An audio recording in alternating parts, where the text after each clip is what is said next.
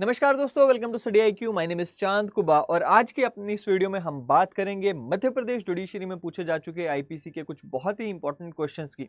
ये जो क्वेश्चंस हैं हम चैप्टर वाइज इनिशियल से शुरू करते हुए आगे बढ़ेंगे, लेकिन उससे भी पहले एक छोटी सी इन्फॉर्मेशन उन सभी स्टूडेंट्स के लिए जो किसी भी स्टेट जुडिशियल सर्विस की तैयारी कर रहे हैं कि स्टडी आईक्यू आपके लिए लेकर आया है स्टेट जुडिशियल सर्विसेज का कोर्स केवल और केवल 14,999 रुपीज़ में हमारी फ्लैश सेल के अकॉर्डिंग। इस कोर्स की एक्चुअल जो कीमत है दोस्तों वो है 38,000 रुपये यानी कि 38,000 रुपीज़, बट फ्लैश सेल चल रही है इसलिए ये कोर्स जो है 14,999 रुपीज़ में ही अवेलेबल है। आप इसका बेनिफिट उठा सकते हैं। दूसरी बात ये कि अगर आप मेरी वीडियोस की पीपीटीज डाउनलोड करना चाहें या फिर लीगल क्विजेज में पार्टिसिपेट करना चाहें तो टेलीग्राम के इस चैनल को आप ज्वाइन कर सकते हैं। Let's begin with the first question now. सबसे पहला क्वेश्चन क्या है जी, कहता जी in the Indian penal code the word women denotes, महिला शब्द जो है, विमेन शब्द जो है आईपीसी में इसको किस तरह से डिफाइन किया गया है। बहुत ही आसान क्वेश्चन है, लेकिन एट द सेम टाइम हमें ये समझना चाहिए कि अगर हमने आईपीसी को अच्छे से पढ़ा हुआ है, इन सेक्शंस की जो डेफिनेशंस हैं वो हमारे माइंड में है, तभी हम इस क्वेश्चन को फॉर श्योर टैकल कर पाएंगे। कई बार क्या होता है कि हमें लगता है कि यहाँ पर इंग्लिश से हम कंफ्यूज कर जाते हैं, तुक्के मारने की कोशिश करते हैं, ऐसी कोशिश नहीं करनी है। सो यहाँ पर चार क्वेश्चन के चार जो ऑप्शन हैं, पहला क्या है, women means a major women, second an unmarried women, third a women of any age and fourth a married women. अगर आपने यहाँ पे सेक्शन पढ़ रखा है तो आपको ये क्वेश्चन पहली नजर में पता चल जाएगा। A women of any age, option C is the right option. And हमें यहाँ पे सेक्शन 10 में देखने को मिलता है मैन एंड विमेन को डिफाइन किया गया है। क्या कहा गया है, कहता है जी man denotes a male human being of any age and women denotes a female human being of any age. So ये जो है यहाँ पर इस चीज का ध्यान रखना जरूरी है। नेक्स्ट क्वेश्चन क्या कहता है जी, where no sum is expressed to which a fine may extend under IPC, in such a case the amount of fine to which the offender is liable is। जहां पर ये कोई अमाउंट नहीं दिया गया कि मैक्सिमम इतना अमाउंट ऑफ फाइन लगाया जाएगा, जिस सेक्शन में किसी ऑफेंस के लिए ये अमाउंट नहीं डिसाइड किया गया, ऐसे सेक्शंस में मैक्सिमम फाइन कितना लगाया जा सकता है वो सवाल है। पहला है जी A up to the power of the magistrate sentencing, B unlimited but not excessive, C up to 10,000 rupees and D all of them. Again section अगर आपने पढ़ रखा है तो ये क्वेश्चन आपको बहुत ही आसानी से यहाँ पे टैकल कर पाओगे। करेक्ट आंसर जो है इसका बी है, that is unlimited but not excessive. इसके ऊपर कुछ जजमेंट्स भी हैं, वो भी हम देख लेते हैं। सबसे पहले तो सेक्शन 63 ऑफ आईपीसी में इसके बारे में बात की गई है। कहता है जी when the sum is not expressed under the provision of the code, the amount of fine which the offender is liable to pay कितना होगा, fine shall not be excessive. Unlimited होगा बट एक्सेसिव नहीं होगा।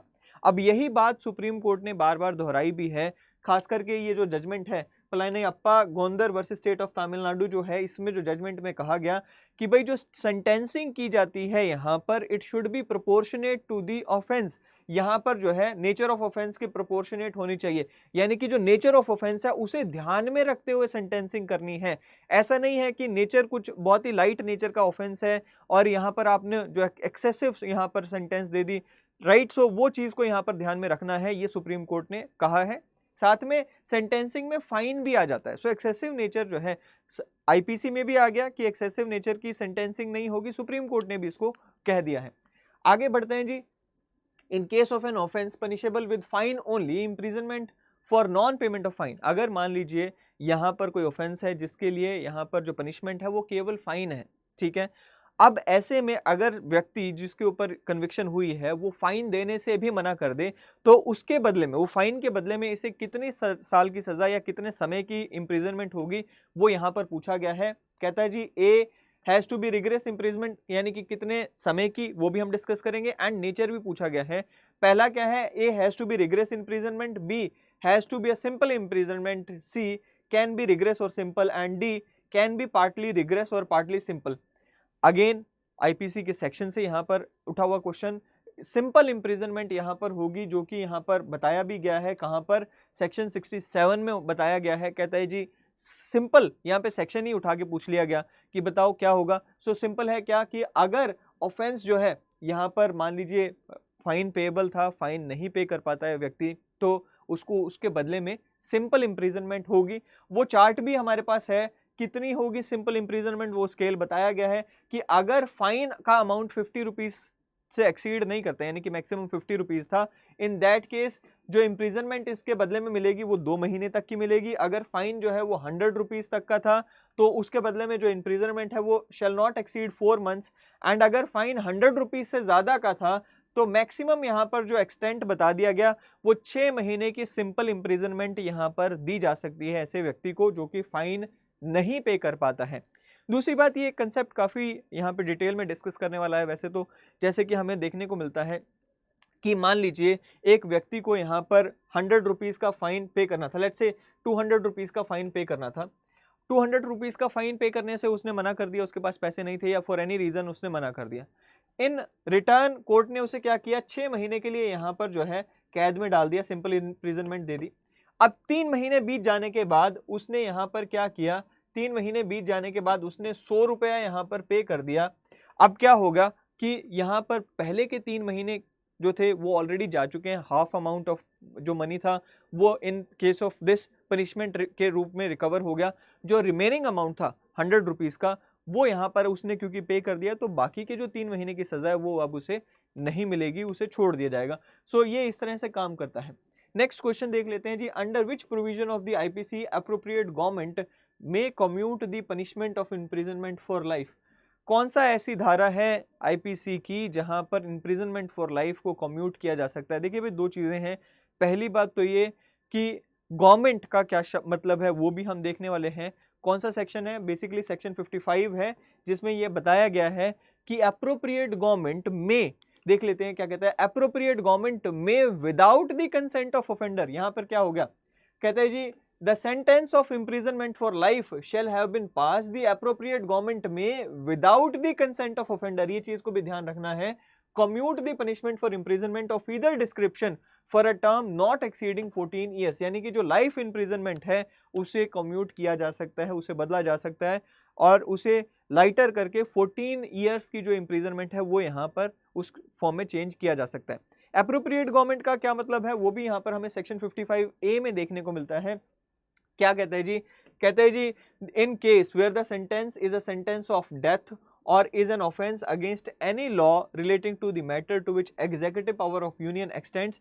Appropriate government कौन होगी, central government. यानी कि ऐसे मामलों में जहां पर डेथ सेंटेंस है या फिर executive power of union extend करती है, जैसे कि हमें देखने को मिलता है शेड्यूल 7 में जो सेंटर की जो लिस्ट है उसमें जो भी कानून बनते हैं उन सब में एग्जीक्यूटिव पावर ऑफ यूनियन आ जाती है। तो ऐसे जो भी कानून हैं उसमें यहाँ पर सेंट्रल गवर्नमेंट कम्यूट कर सकती है। दूसरा कहता है जी in case where the sentence is of an offence against any law relating to matter to which executive power of state extends. यानी कि ऐसे मामलों में जहां पर स्टेट की एग्जीक्यूटिव पावर एक्सटेंड करती है, यहां पर कम्यूटेशन की जो पावर है किसके पास है, स्टेट गवर्नमेंट के पास है। ये हमें देखने को मिलता है। नेक्स्ट क्वेश्चन यहां पर देख लेते हैं, under which of the following sections of IPC act done in pursuant to judgment or order of court is not an offence. देखिए भाई, जनरल एक्सेप्शन से ये क्वेश्चन उठकर आया है जहां पर पूछा गया है कि अगर एक व्यक्ति कोर्ट की जजमेंट को परस्यू करते हुए कोई भी एक्ट करता है वो ऑफेंस नहीं माना जाएगा, कौन सी सेक्शन या कौन सी धारा के तहत है। अब देखिए, कोर्ट ने यहाँ पर किसी को फांसी की सजा सुनाई, जो यहाँ पर हैंगमैन है, जो जल्लाद है, उन्होंने वो किसी व्यक्ति को फांसी पे लटका दिया। ऐसे में क्योंकि जजमेंट की परसुएंस में ये कार्य किया गया है, अब कहाँ पर एक्सेप्शन दी गई है इस व्यक्ति को कि उसे यहाँ पर कोई सजा नहीं मिलेगी। तो अगेन सेक्शन बेस्ड क्वेश्चन है, आंसर ए 78 में यहाँ पर इसको बताया गया, एक्सेप्शन दी गई है। क्या कहता है, कहता है जी the general exception if any act is done by any person in furtherance of a judgment or order of a court of justice he shall be protected under this section। Very simple. ये जो general exceptions है भाई, again बहुत ही ज़्यादा questions यहाँ पर पूछे जाते हैं, बार बार यहाँ पर हमें देखने को मिलता है कि सेक्शंस भी रिपीट होते हैं, तो थोड़ा सा यहाँ पर ध्यान देना ज़रूरी है जो बच्चे एमपी की तैयारी कर रहे हैं उनके लिए भी। और दूसरी बात ये कि क्योंकि ये जो सेक्शंस रहते हैं ना, ये काफ़ी फेवरेट सेक्शंस होते हैं एग्जामिनर्स के, तो इसलिए ये ज़रूरी हो जाता है कि इन सेक्शंस के जो क्वेश्चंस है वो हमें पता हो। साथ में दूसरी बात ये कि जब आप इस तरह के क्वेश्चंस को अटेम्प्ट करते हो, आप देखोगे कि बहुत सारे क्वेश्चंस रिपीट भी होते हैं। पहला फ़ायदा तो आपको ये मिलेगा कि जब आपने ये वीडियोस वगैरह देख ली हमारी और आपने हमारे जो डॉक्यूमेंट्स हैं या जो हमारी पीडीएफ्स हैं इनसे जुड़ी हुई पढ़ ली, तो आपको जो पुराने क्वेश्चंस हैं वो आपको देखने को मिल जाएंगे। दूसरी बात ये कि आपको एक पैटर्न समझ आ जाएगा कि किस पैटर्न पे जो मध्य प्रदेश जुडिशरी में जो क्वेश्चंस हैं वो पूछे जाते हैं, वो समझना बहुत ज़रूरी हो जाता है। नेक्स्ट क्वेश्चन क्या है, X is at work with a hatchet. The head of the hatchet flies off and kills a man Y who is standing by. Here, there is no want of proper caution on the part of act. His act is A. अब इसको question को समझते हैं। पहली बात तो ये कि एक व्यक्ति था, हथौड़ी के साथ यहाँ पर कोई काम कर रहा था। अचानक से क्या हुआ, हथौड़ी का जो हेड था वो हेड यहाँ पर अलग हो जाता है और उड़ता हुआ बगल में खड़े हुए किसी व्यक्ति को जाकर लगता है, उससे उसकी मौत हो जाती है। अब यहाँ पर यह भी बोल दिया गया कि जो एक्स था, जिसकी ये हथौड़ी थी, जो हथौड़ी से काम कर रहा था, उसने कोई भी नेग्लिजेंस नहीं दिखाई। इनफैक्ट उसने प्रॉपर ड्यू केयर यहाँ पर दिखाई थी। उसने जब काम करना शुरू किया था तो हैचेट का हेड भी चेक किया था और यहाँ पर जो है कोई ये भी चेक किया था कि आसपास कोई खड़ा तो नहीं, किसी को लग तो नहीं जाएगी। अब यहाँ पर उसके पार्ट पर कोई भी गलती नहीं है। ऐसे केस में क्या उसे सज़ा मिलेगी, क्या उसका ये जो एक्ट है वो एक्सक्यूजेबल है या फिर नॉन एक्सक्यूजेबल है, वो हमें बताना है।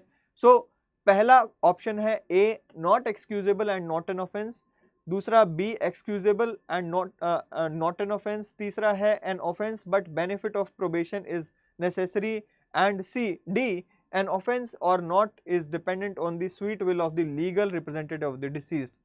भाई सिंपल सा है, लॉजिक और थोड़ी सी रीडिंग। आईपीसी की लॉजिक और रीडिंग दोनों अगर आप यहाँ पर लगाकर चलते हैं तो आपको यहाँ पर आइडिया हो जाएगा कि option B is the right option, क्योंकि यहाँ पर सेक्शन 80 में इसके बारे में बात की गई है। In fact it is an illustration of section 80 only, जहाँ पर हमें बताया गया है कि भाई देखो 4 एलिमेंट्स होने चाहिए।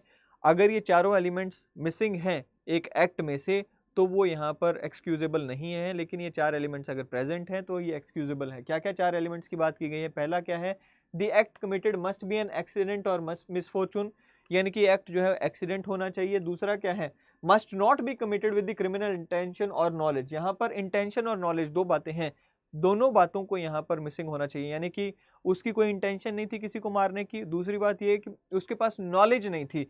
अब उसके पास नई नॉलेज थी कि भाई ये जो हेड है हैचेट का, ये अचानक से उड़कर चला जाएगा, क्योंकि उसने अपनी तरफ से फुल प्रिकॉशन ली थी, उसको पूरा मजबूती से वहाँ पर टाइट करके कसा हुआ था। लेकिन अगर उड़ के चला जाता है तो यहाँ पर उसके पास कोई चीज़ की ना इंटेंशन है ना नॉलेज है। तीसरा क्या है, the accident must be an outcome of lawful act done in lawful manner and by lawful means. यहाँ पर अब मान लीजिए वो यहाँ पर पेड़ काट रहा है, ठीक है। अब ये जो पेड़ की कटाई चल रही है, उसने परमिशन लेके प्रॉपर लॉफुल वे में यहाँ पे पेड़ काट रहा है या जो भी काम कर रहा है वो लॉफुल एक्ट होना चाहिए। अगर वो एक्ट ही इलीगल है तो यहाँ पर प्रोटेक्शन मिलना मुश्किल हो जाएगा। तीसरी बात ये कि the act committed must have been done with the proper care and question, जो कि इस क्वेश्चन में बता भी दिया गया।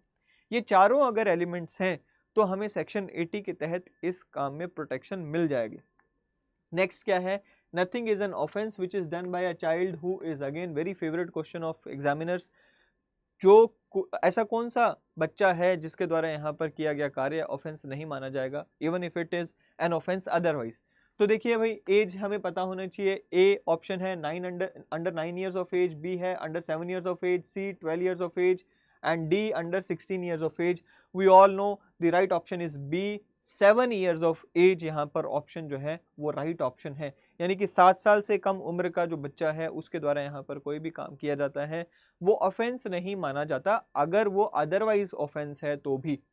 सो एक्सप्लेनेशन पढ़ लेते हैं। Section 82 general exception, again under 7 years of age अगर कोई बच्चा कोई काम करता है तो वो ऑफेंस नहीं है। This immunity is not confined to offences under code only but extend to offences under any special law और लोकल लॉ। यानी कि ये जो 7 साल से कम उम्र वाले बच्चे को जो इम्यूनिटी मिली हुई है, ये सिर्फ और सिर्फ ऐसा नहीं है कि सिर्फ आईपीसी के ऑफेंसेस के लिए इम्यूनिटी है, कोई लोकल लॉ में ऑफेंस है या फिर यहाँ पर कोई स्पेशल लॉ है, उनमें भी ये इम्यूनिटी मिलेगी। दूसरी बात ये कि अगर 7 साल से कम उम्र के बच्चे को कोई अबेट करता है, यानी कि उसे कोई मजबूर करता है या उसे कोई बहका कर बहला फुसला कर उससे ये काम करवाता है, तो बच्चे को तो इम्यूनिटी है, लेकिन उस व्यक्ति को यहाँ पर अबेटमेंट के अपराध के लिए यहाँ पर सजा मिलेगी। सो जो व्यक्ति, मान लीजिए एक व्यक्ति ने कहा एक बच्चे को कि ये लो गन, सामने वाले व्यक्ति को शूट कर दो। बच्चे को कोई यहाँ पे 7 साल से कम उम्र का बच्चा है तो बच्चे को इम्यूनिटी मिलेगी, लेकिन जिस व्यक्ति ने ऐसा करने के लिए बच्चे को अबेट किया, इंस्टिगेट किया, इनकरेज किया, उसे यहाँ पर सजा अबेटमेंट की जरूर मिलेगी। वो यहाँ पर मैंने लिख दिया।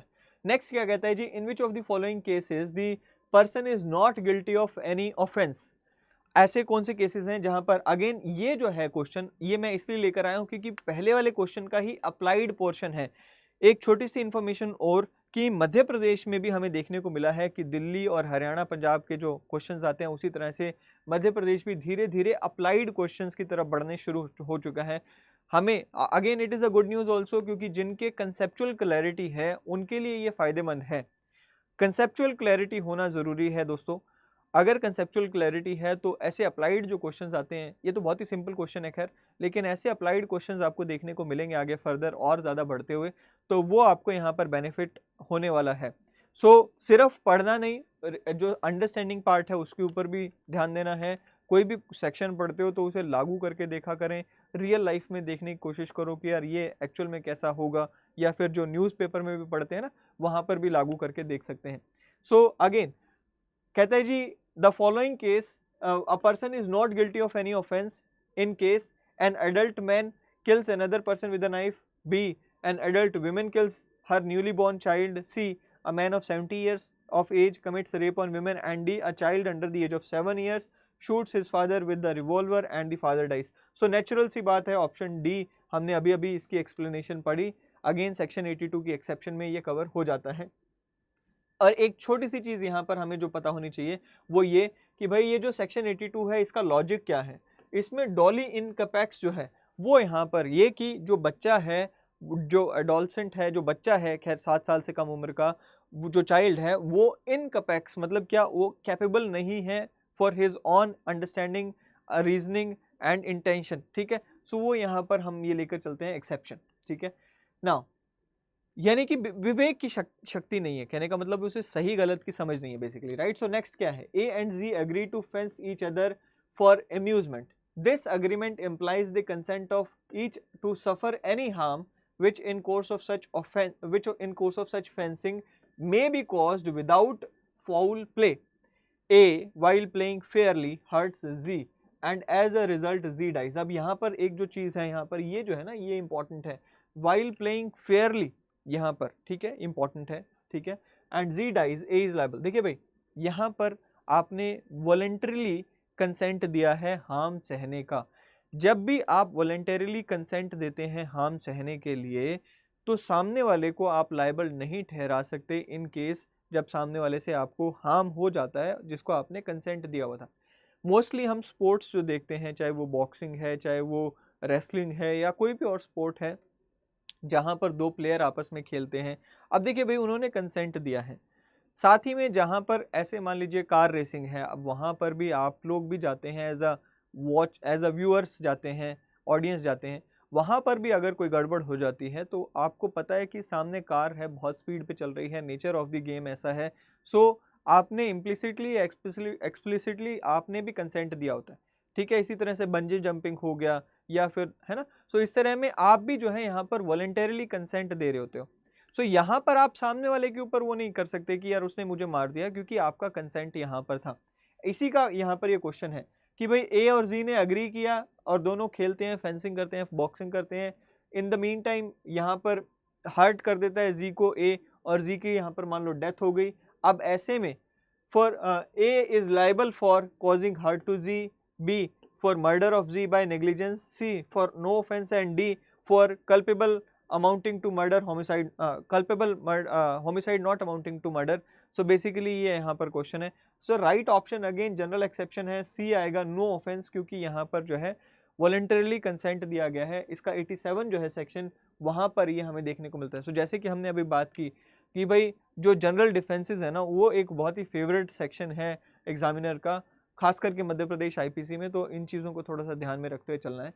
सेक्शन 87 क्या कह रहा है कि that an act not intended और known to be likely to cause death और grievous hurt which act causes any harm to person above the 18 years of age who has given express or implied consent to suffer is not an offense। हाँ, एक चीज़ और यहाँ पर जो हमें ध्यान रखने की है वो ये कि डेथ और ग्रीवियस हर्ट के लिए आप कंसेंट नहीं दे सकते, सिंपल सी बात ये है, और वहाँ पर एक्सेप्शन नहीं आएगी। This section covers injuries which may result whilst engaging in games and sports, जैसे कि हमने बात की, it proceeds upon the maximum of volenti non fit injuria, that is he who consents cannot complain, right। However, a person is not permitted to give his consent to anything likely to cause his own death or grievous hurt. ये हमने अभी बात करी, ठीक है। अगला question क्या है जी, the maxim de minimis non curate lex is related to which of the following sections? ये मैक्सिम है भाई, ऐसे क्वेश्चंस भी आपसे पूछे जाते हैं जहां पर आपको मैक्सिम्स का पता होना चाहिए। क्या कहता है जी, de minimis non curat lex, again general exception है, इसके 4 ऑप्शंस हैं, A section 95, B section 89, C 94 and section 93 option D. Right option जो है इसका ए है 95। क्या कहता है सेक्शन 95 देख लेते हैं, एंड क्या कहती है ये मैक्सिम, इसका क्या मतलब है वो भी हम समझ लेते हैं। सबसे पहला क्या है जी, सेक्शन 95 ऑफ IPC क्या कहता है, provides for private defence for trivial और ट्रिपल एक्ट्स। देखिए भाई, ट्रिवियल या ट्रिपल एक्ट्स के लिए यहाँ पर प्राइवेट डिफेंस क्या होता है। मान लीजिए आप यहाँ पर रोड पर जा रहे हैं, रोड पर जाते हुए आपने किसी को, क्योंकि बहुत भीड़ थी, किसी को आपने साइड कर दिया। अब आपने ऐसा कोई काम नहीं किया कि सामने वाले को हर्ट हुआ हो, इंजरी हुई हो, लेकिन सामने वाला कहता है कि आपकी हिम्मत कैसी हो गई मुझे साइड करने की। ट्रिवियल सा है, सॉरी कोई ऐसी कोई बात नहीं है जहां पर उसको कोई चोट लगी हो, कुछ भी नहीं हुआ ऐसा। अब ऐसे में सामने वाला अगर आपके खिलाफ कोर्ट में जाने की कोशिश करे तो आप इस सेक्शन का सहारा ले सकते हो और यहाँ पर कह सकते हो कि भाई ट्रिवियल है, इशू ही ट्रिवियल है, क्योंकि यहाँ पर कोई बहुत बड़ा यहाँ पर इंजरी या कोई ऐसा नुकसान किसी को नहीं हुआ। एक चीज़ को हमें यहाँ पे याद रखना है कि इसका पर्पस क्या है। पर्पस ये है, पहली बात तो ये कि जो कोर्ट्स हैं हमारे, उनको ओवरबर्डन करने से बचाना है। अगर इस जैसे छोटे छोटे जो यहाँ पर ट्रिवियल एक्ट्स हैं उनको भी अगर हम कोर्ट में अलाउ कर दें तो कोर्ट्स तो ऑलरेडी फ्लडेड हैं, ऑलरेडी यहाँ पे जैम पैक्ड हैं, अगर इनको भी अलाउ कर दिया तो फिर कोर्ट्स का कोई मतलब यहाँ पे रह नहीं जाएगा, पर्पस ही हल नहीं होगा। सो ये है यहाँ पर इसका मेन मकसद। कहता है जी, the provision expressly discards the conviction of the accused in matter which are trivial और petty in nature and no man of prudence or ordinary nature would seek to complain against such act before the court of law। अब देखिए भाई, ये एक presumption है कि जो prudence, अगर किसी मैन में कोई प्रूडेंस है, थोड़ी सी भी समझदारी है, तो ऐसे छोटे छोटे जो एक्ट्स हैं उनको लेके तो एटलीस्ट कोर्ट ऑफ लॉ में नहीं जाएगा। एंड उसी प्रिजम्पशन पे ये लाया गया। De minimis non curat lex क्या कहता है, that law is not concerned with the trifle, ठीक है। सो मिनिमाइज द बर्डन, जैसे कि हमने बात की, उसके लिए लाया गया। अगला क्वेश्चन देख लेते हैं जी, the right of private defence of body कब शुरू होता है, कब तक चलता है right of private defence of body, वो यहां पर हमें बताना है।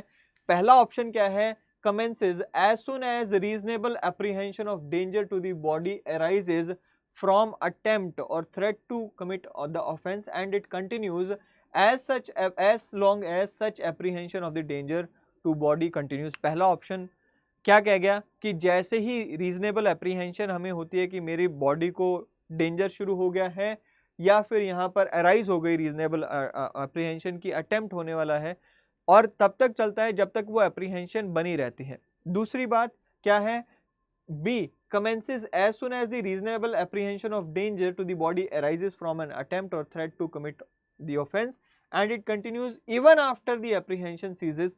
अगेन लॉजिक लगाना है, सेक्शन तो आपको पढ़कर जाना ही है। तीसरा क्या है, commences only when the assault is actually done and continues during the period of assault, यानी कि असॉल्ट हो चुका है उसके बाद आपका राइट टू प्राइवेट डिफेंस शुरू होगा, लॉजिकली ठीक नहीं है। एंड डी क्या है, commences only when the assault is actually done and continues even after the assailant has left। So logically अगर चलें तो जहां पर मुझे खतरा पैदा हो गया से लेकर जहां पर मुझे खतरा बना हुआ है वहां पर मेरा राइट टू प्राइवेट डिफेंस होना चाहिए। सो उसके हिसाब से option A is the right option. Again क्या कहता है, सेक्शन 102 में यहाँ पर बताया गया है कि कब हमारा कमेंसमेंट हो जाता है शुरू राइट टू प्राइवेट डिफेंस का। कहता है जी, it says that the right to private defence of body commences as soon as the reasonable apprehension. Again the word is reasonable apprehension. अब यहाँ पर यह भी सवाल बन सकता है, कोई क्वेश्चन आपसे पूछ सकते हैं कि आपने देखा कि आपका दुश्मन जो है, आपको खबर मिली कि आपका दुश्मन जो है, या आपने देखा कि 1 किलोमीटर से आपका दुश्मन जो है बहुत सारे हथियार लेकर आपकी तरफ चलता आ रहा है। अब ऐसे में आपका दुश्मन बहुत दूर है, इतना दूर है कि वो यहाँ से आपको हार्म नहीं पहुँचा सकता। क्या आपके पास राइट टू प्राइवेट डिफेंस यहीं से शुरू हो गया? क्या आप यहीं से उसके ऊपर हमले करना शुरू कर दो? ऐसा नहीं है। रीजनेबल एप्रीहेंशन होनी चाहिए कि भाई दुश्मन बहुत ही नज़दीक पहुँच चुका है, अब अगर उसने हमला करा और वो आपके सामने मान लो बंदूक तान के खड़ा है, अब अगर उसने हमला कर दिया या ट्रिगर दबा दिया, अब तो डेथ कॉज होनी है, इंजरी होनी है, ग्रीवियस इंजरी। तो ऐसे में आपके पास यहाँ पे राइट टू प्राइवेट डिफेंस शुरू होगा। लेकिन एप्रीहेंशन जो है, अगेन एप्रीहेंशन जो है वो रीजनेबल होनी चाहिए, यानी कि जो हमारा डाउट है, जो हमारा शक है, हमारी जो है ना, एक पता चल रहा है, मुझे फील आ गया कि यार हाँ हो गई यहाँ पर हर्ट, वो जो है रीजनेबल होनी चाहिए, फैंसीफुल नहीं होनी चाहिए, वो बात। दूसरी बात ये, एक एग्जाम्पल मैंने वही लिखा, राइट। सो वो आपको यहाँ पर ध्यान रखना है कि रीजनेबल एप्रीहेंशन होनी चाहिए। और दूसरी बात ये कि भाई शुरू कब होती है, जब रीजनेबल एप्रीहेंशन अराइज होती है, राइट टू प्राइवेट डिफेंस शुरू हो जाता है। जब रीजनेबल एप्रीहेंशन खत्म हो जाता है, राइट टू प्राइवेट डिफेंस भी खत्म हो जाता है। ठीक है, नेक्स्ट क्या है, in which set of the sections of the Indian penal code even the death can be caused in exercise of right to private defence of a person and property. दो सेक्शंस हैं, बार बार पूछा गया question, बार बार students भी हमसे पूछते हैं कि कौन से दो सेक्शंस हैं प्राइवेट डिफेंस में जहां पर डेथ भी अगर हो जाए सामने वाले की राइट टू प्राइवेट डिफेंस में, तो यहां पर एक्सेप्शन मिलेगी। Again section 100 and 103 A option, B section 100 and 101, C 102 and 105 and D section 100 and 102। Right option is 100 and 103 जहां पर हमें जो है right to private defence for body and property मिलता है, जहां पर 100 में आपने अगर बॉडी को डिफेंड करते हुए सामने वाले की डेथ भी हो जाए तो एग्जेम्पशन है, एंड 103 में प्रॉपर्टी को डिफेंड करते हुए। अब बॉडी को डिफेंड करने के लिए भी यहाँ पर बताया गया है कि अगर आपको रीजनेबल एप्रीहेंशन है, कि 100 में बताया गया है कि रीजनेबल एप्रीहेंशन ऑफ डेथ है, या ग्रीवियस इंजरी है, या फिर रेप है, अननेचुरल लस्ट है, या फिर एसिड अटैक है, जहाँ पर ग्रीवियस इंजरी होगी। सो ऐसे में आपको यहाँ पर डिफेंड करते हुए सामने वाले की डेथ भी कॉज हो गई तो एक्सेप्शन है। 103 में रॉबरी या फिर थेफ्ट हो गया है ना, जहाँ पर house break at the night हो गया, राइट। तो इस तरह की जो सिचुएशंस है वहाँ पर आपकी प्रॉपर्टी को बचाने के लिए या फिर किसी और की प्रॉपर्टी को बचाने के लिए सामने वाले की अगर डेथ भी हो जाती है तो वो एक्सेप्शन है 103 में। सो ये दो सेक्शंस जो है हमें यहाँ पर पता होने चाहिए, बहुत ही इंपॉर्टेंट सेक्शंस हैं और बार बार पूछे जाने वाले सेक्शंस हैं। What is not correct about self defence, self defence के लिए क्या करेक्ट नहीं है, nothing is an offence which is done in exercise of right to private defence, पहली बात तो ये। दूसरा ये कि right of private defence is extended to causing death in case of robbery, ये भी हमने अभी बात किया कि ठीक है। C right to private defence is extending to causing death in case of defamation, and D there is no right of private defense if there is time to have recourse to the protection of public authorities. Please understand कि यहाँ पर ये अगर आपने private defence के सभी sections पढ़ रखे हैं तो नेचुरल है, और अगर लॉजिक भी लगा लो, ना भी पढ़े हो तो भी लॉजिक लगाओ कि भाई अगर आपकी जान को खतरा है, आपके पास राइट टू प्राइवेट डिफेंस का राइट है, पहला ऑप्शन ठीक है। दूसरा कि भाई अगर रोबरी हो रही है, तो मैंने अभी बताया सेक्शन 103 पढ़ो, उसमें लिखा हुआ है कि रोबरी हो रही है तो आप उसे बचाने के लिए, है ना, अगर सामने वाले की डेथ भी हो जाएगी तो चलेगा, यानी कि वहां पे एक्सेप्शन है। लेकिन अगर कोई सामने वाला आपको डिफेम कर रहा है, ऐसे में आप सामने वाले की जान ले लोगे, ये कैसे यहाँ पर लॉजिक बना। यहाँ पर सामने वाला आपको यहाँ पे सिर्फ डिफेम कर रहा है, यानी कि आपको पब्लिकली यहाँ पर इंसल्ट कर रहा है या कुछ ऐसा कर रहा है जिससे आपकी जो पब्लिक में इमेज बनी हुई है उसको हार्म पहुंच रहा है। ऐसे में सामने वाले की जान ले लेना कहाँ तक लॉजिकल होगा, बिल्कुल लॉजिकल नहीं है। सो इस चीज को ध्यान रखना है। Option C is the right option, 2007 में पूछा गया था। अगेन सेक्शन 100 एंड सेक्शन 103 हमें पता होना चाहिए। नेक्स्ट क्वेश्चन है, which one of the following act is not a mode of abetment under IPC. अब इनमें से कौन सा जो एक्ट है वो अबेटमेंट में गिना जाएगा, कौन सा नहीं गिना जाएगा। अगर आपने डेफिनेशन पढ़ी हुई है तो बहुत ही आसान, पहला है इंस्टिगेशन, दूसरा है एडिंग, तीसरा है कॉन्स्पिरेसी एंड चौथा है अटेम्प्ट। अब देखिए भाई, इंस्टिगेट करना क्या, किसी को एनकरेज करना, यानी कि दुष्प्रेरणा करना कि भाई सामने वाले पे अटैक कर दो। एडिंग मतलब क्या, सामने वाले की सहायता करना किसी की कि सामने वाले पे अटैक कर दे या कोई यहाँ पर ऑफेंस कर दे। एंड कॉन्स्पिरेसी करना अगेन अबेटमेंट का ही पार्ट है। जो अबेटमेंट का पार्ट नहीं है वो अटेम्प्ट है। अब अटेम्प्ट में क्या हो गया, आप खुद ही कोई काम कर रहे हो। अबेटमेंट में क्या है, आप किसी को एनकरेज कर रहे हो, किसी को मदद कर रहे हो या किसी के माइंड में डाल रहे हो कि यार सामने वाले को मार दे। लेकिन जब आपने अटेम्प्ट ही कर दिया, अबेटमेंट कहाँ से आ गया, ये तो खुद ही आपने यहाँ पर कोई कृत्य कर दिया और वो अटेम्प्ट हो गया। सो राइट ऑप्शन जो है यहाँ पर डी आएगा, जो कि अबेटमेंट का पार्ट नहीं है। लॉजिक भी यहाँ पे लगता है। एंड अगेन अगर आपने right to private defence again chapter 5 अगर आपने यहाँ पे पढ़ लिया है, 107 में ये बताया गया है कि भाई 3 इंग्रेडिएंट्स होते हैं कि अबेटमेंट के। पहला इंग्रेडिएंट क्या है, instigate to a person to commit an offence, दूसरा इंग्रेडिएंट क्या है, engaging in conspiracy to commit an offence, and तीसरा क्या है, intentionally aiding a person to commit an offence. So ये 3 इंग्रेडिएंट्स अबेटमेंट के यहाँ पर हमें पता होना चाहिए 107 में चैप्टर 5। चलिए आखिरी क्वेश्चन है, A instigates B to murder C, B refuses to do so. A ने अबेट किया बी को सी का मर्डर करने के लिए, बी ने मना कर दिया कि मैं सी को नहीं मारूंगा। इसमें बी के ऊपर क्या आरोप लगेगा और सी के ऊपर यहाँ पर क्या सजा मिलेगी या क्या आरोप लगेगा? कहता है जी B is guilty of abetment, पहली बात, A is guilty of abetment of murder, C A and B both are guilty of abetment and D none of the above. Simple सी बात है, ए ने यहाँ पर बी को कहा कि भाई सी को मार दो, राइट। सो बी ने मना कर दिया कि मैं सी को नहीं मारूंगा। इसमें बी ने तो कोई काम किया ही नहीं, यहाँ पर काम किसने किया था, गलत किसने किया था, ए ने किया था। सो नेचुरल सी बात है, A is guilty of abetment to of murder. So यहाँ पर ए को यहाँ पर अबेटमेंट के लिए सजा मिलेगी। सो सेक्शन 108 यहाँ पर प्रोवाइड किया है, explanation two provides the effect of abetment is immaterial. यानी कि अगर ए ने बी को अबेट किया, बी ने काम करने से मना कर दिया, यानी कि ए की जो अबेटमेंट थी उसका इफेक्ट नहीं हुआ, वो यहाँ पर ऑफेंस हुआ नहीं, इसका मैटर नहीं करता है। अब affect of abetment does not matter, ये सेक्शन 108 में भी लिखा गया है कि अफेक्ट ऑफ अबेटमेंट जो है वो मैटर नहीं करता है।